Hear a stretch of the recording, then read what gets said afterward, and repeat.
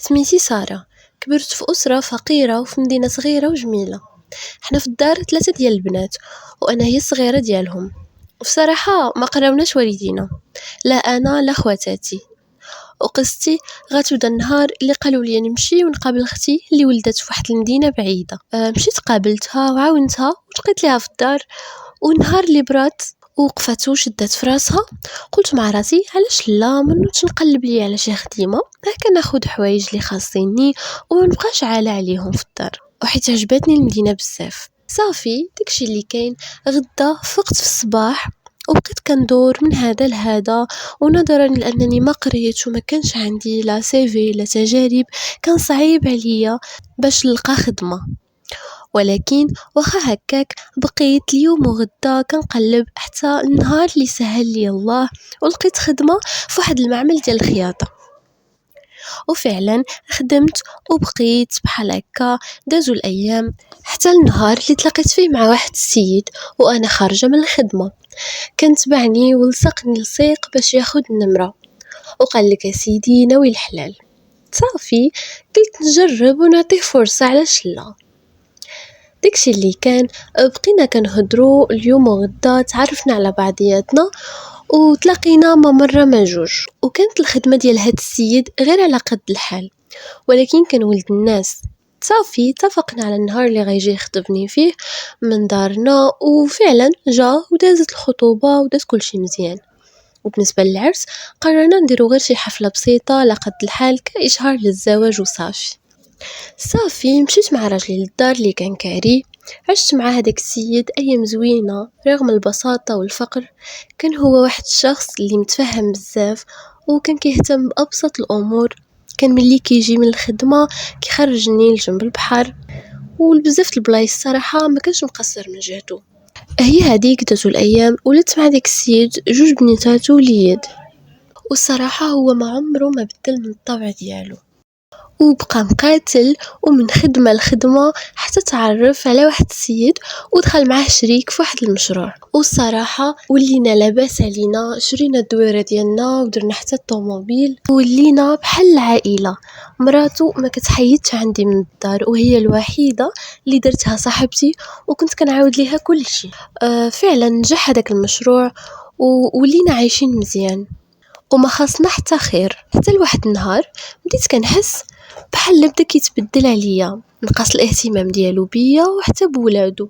وملي جات لعندي هذيك صاحبتي للدار خويت عليها قلبي وعاودت ليها قلت ليها بلي راجلي ما بقاش كيهتم بيا بحال الاول وما كيديهاش فيا وفي ولادو وكذا. قالت لي لا بالعكس، هو المعامله ديالو ليك زعما هي غير منها كل شيء وبلي انا غير ظلمته. وقالت لي بلي انا والله ما كرهت راجلي يعاملني غير نص المعامله اللي راجلك يعاملها ليك. صافي بديت كنقتنع بهضرتها وقلت يمكن زعما غير الوسواس وغير ظلمته. حتى النهار اللي جاتني مكالمه من عند البوليس واللي كيقولوا لي فيها بلي راجلي تشد. تخلعت البنات هزيت جلابتي ومشيت كنجري للكوميساريه باش نعرف شنو واقع. وكانت الصدمه انهم لقاو عند راجلي ممنوعات في الطوموبيل. واش غنقول لكم، صراحه هذه الحاجه الوحيده اللي ما كنتش متوقعاها. فعلا تشد في الحبس، وملي كانت الزياره ديال الحبس عطاوني حوايجو مكانتو تليفونو، مهم نتوما عارفين الاغراض ديالو وخلاص داكشي كامل اللي كان هاز معاه. صافي جبت معايا حوايجو للدار، حطيتهم في البلاكار. دازت شي سيمانه تقريبا وطاحت ليا في بالي قلت علاش لا ما نمشيش نقلب في تليفونه. ولكن ملي جيت نحل التليفون ما عرفتش ليه الكود. مشيت سولت ولادي واقترحوا عليا انه ممكن يكون مثلا نمرة التليفون ولا حتى تاريخ زواجنا. فعلا جربت نمرة التليفون ما كانتش هي هذيك. فاش درت تاريخ زواجنا فتحت التليفون واول حاجه قصدت هي الواتساب ديالو. مشيت كنقلب في واتساب كنشوف لي فوتو وتما كانت المفاجأة يا البنات اللي ما يمكنش تخيلوها. لقيت ميساجات وتخيلوا مع هذيك السيدة صاحبتي اللي هي مرات الصديق ديالو. تلفت البنات بكيت وبقى فيا الحال بزاف. واكثر حاجة دراتني البنات هي ان السيدة اللي كنت كنشكي عليها ودايرها صاحبتي وفحال ختي صدقت هي سبب مشاكلي كلها. والاكثر من هاد الشيء كنت عارفه انه كيضربني وبسببها هي، ولكن ضميرها ما انبهاش. اما التصاور اللي لقيت في تليفون البنات ما نقولش لكم، كانوا تصورها وهي عريانه وبحوايج ديال النعاس وشي تصور ما فيهم ما يتشاف. صافي تما قررت انني نمشي ونواجهها بهذا الشيء، ومع ذلك ما ترددتش. دخلت لعندها وواجهتها، وطبعا هي نكرات. وفاش وريتهم التليفون لي كونفرساسيون وتصاور تصدمت من ردة الفعل ديالها. قلت لي فعلا انا مع راجلك، وكون لقاك مرة كاع ما غادي يخونك. والمشكله اللي تصدمني اكثر هو ان هاد الهضره اللي كتقول فيها وراجلها واقف حداها.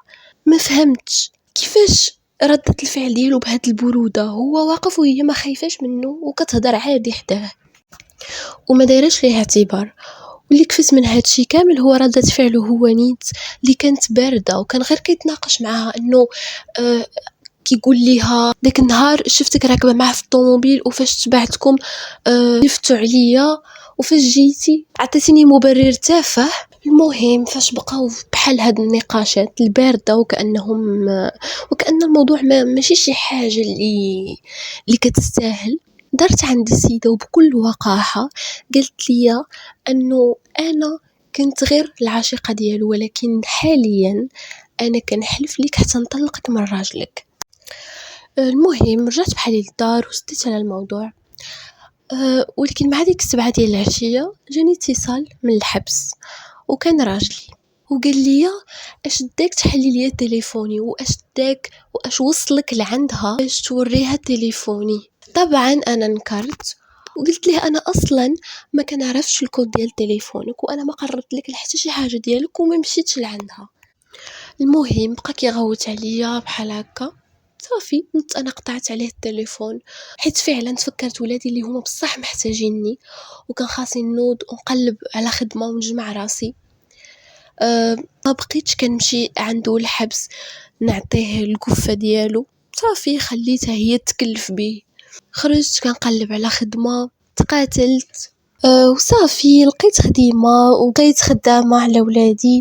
دازوا الايام حتى النهار اللي سالت المدة ديال الحكم ديالو وكان خرج من الحبس. واول حاجه دار البنات هي انه جا عندي للدار وبغى ياخذ التليفون. طبعا انا كنت مخبيه التليفون، ولكن حيدوا لي بزز مني حيت خاف انني نستعمله ضده كدليل على الخيانه الزوجيه.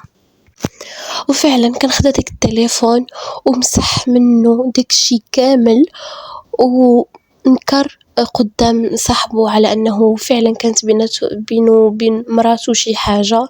لو الوقاحه داك النهار اللي جا باش ياخذ التليفون كانت معاه، كانت جايه معاه بكل جرأة وقدامها. فاش حي لي التليفون قال لي القاضي اللي جمعنا غادي يفرقنا، وهي اصلا جات غير باش تسمع هاد الجمله. وقال لي اننا غادي نديرو طلاق اتفاقي باش هكا نختصروا الوقت، وبلي خاصنا نتلاقاو غدا في المحكمه وانني ما نجيب معايا حتى شي واحد من ولادي. وفعلا الغد ليه تلاقينا كان هو ديجا كاتب شي اوراق على اساس هما زعما طلاق بالتراضي وداكشي. مشينا عند الكاتب العمومي سنينا على دوك الورقات ومن موراها دزنا للمحكمه. فاش بدا كيقرا العون القضائي دوك الوراق اللي انا سنيتهم سولني قال لي واش نتي عارفه راسك على شنو سنيتي، واش نتي موافقه بعد على هاد الشيء؟ قلت ليه انا الصراحه ما قارياش، اللي عارفاه هو اننا زعما غادي نطلقوا طلاق اتفاقي وعلى هاد الشيء انا سنيت. وهو يشرح لي قال لي لا راكي ثانيه على تنازل على الدار وعلى الدار الثانيه وعلى ولادك، يعني الحضانه ديال ولادك وعلى جميع الحقوق ديالك، وانك ما كتسالي حتى شي حاجه. تخلعت البنات وملي شرح لي السيد هاد الوراق شنو كان فيهم دغيا قطعت الورقه اللي كنت ديجا سنيت وخبيت الحاله المدنيه وخرجت كنجري نيشان للدار عند اختي. خبيت عندها الوراق حيت انا عارفه الا رجع للدار ولقاهم غيحيدهم ليا بزز. الحاصل عاودت له داكشي كله وقلت ليها بلي غير السيد مسكين هو اللي نباني، وكون ما كانش هو كنت غندير كارثه.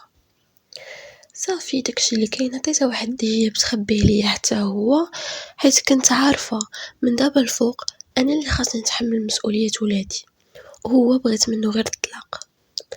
الحاصل توكلت على الله، وغدا مع الصباح بكري نضت كنجري ونجاري نقلب على خدمة ونقول ما قلبت، حتى الحمد لله كنت لقيت خدمة في واحد المعمل ديال الخياطة، بحكم كانت عندي اكسبيريونس في داك الدومين. صافي بقيت اليوم على غدا اليوم على غدا حتى ساقي الخبر وعرف البلاصة فين انا خدامة. ايوا البنات ولا كيتعرض ليا كل نهار في الطريق ديال الخدمة، قال لك يا سيدي انتي مرتي وانا ما باغيش مرتي تخدم، راكم عارفين ما بيش مراتو ولكن غير كيدير العقدة في المنشار. قلت لي ياك سيدي نسيتي ايامك نهار اللي كنت كنخرج نخدم عليك ومعاونه معاك فاش كنتي خدام غير ب50 درهم النهار، ولا دابا صافي. المهم انا في هاد الاثناء كنت طلبت اختي باش تسول لي على شنو غندير في ديك الحريره ديال الطلاق، كنت باغا غير امتى نتفك منه، ولادي نهزهم بسناني، حيت هو ولد الحرام نهار اللي كان كيتعرض ليا قال لي انا والله لا خديتي داك الطلاق والله تنعكس ليك فيه، يعني ديك القضيه ديال الطلاق اتفاقي ناوي يعكس فيها. داكشي اللي كاين بقيت هكا شي ايام حتى ردت عليا اختي قالت لي راه كاينه واحد صاحبتي خوتها محاميه، عاودت ليها كلشي شنو طرا، ومسكينه وقفت معايا حتى كانت قالت لي انه نقدر ندير طلاق الشقاق، ما يتفق معك ما تتفقي معاه. صافي قلت لها الله يرحم الوالدين تكلفي ليا بهذا الشيء هذا، ولكن راه ما غاديش نقدر نخلصك دابا. مسكينه ما كان عندها حتى شي مشكل وتيسرت الامور، طلقت منه غيابي ما حضر ما والو. المهم دازت الايام وكانت شافت لي اختي واحد الخدمه اللي كانت مرقعه الحمد لله، وكانت احسن من كاع الخدمات اللي كنت خدمت فيهم. بقيت غاديه هكاك. بالنسبه لبناتي بنتي الكبيره تقاتلت معها، كانت خدات الباك وخلصت لها واحد المدرسه بريفي باش تقرا التمريض. اما بنتي الاخرى اللي كانت صغر منها ب3 سنين كانت قربت للباك، وحتى هي كنت مقاتله معاها نخلص السوايع وكل شيء، كنقول لكم مقاتله معاهم ديال بصح. اما ولدي كان مازال صغير، كان عنده ابتدائي، دخلته ليكول بريفي حيت كنت باغا حتى هو يطلع بنيفو زوين. صافي دازو الايام، خدات بنتي الكبيره الدبلوم ديالها وجلساتني من الخدمه. اما بالنسبه للبنت الصغيره كانت تعرفت على واحد السيد مغربي عايش برا، تزوجت بيه، كان ولد الناس صراحه ومهلي فيها ديال بصح، وكدور وتصيفط لي الفلوس. حاليا ولدي خدا الباك وغيمشي عند اختو البلاد اللي هي فيها باش يكمل قرايته على برا، وانا عايشه معززه مكرمه الحمد لله في دويرتي اللي خداو لي بناتي بزوج.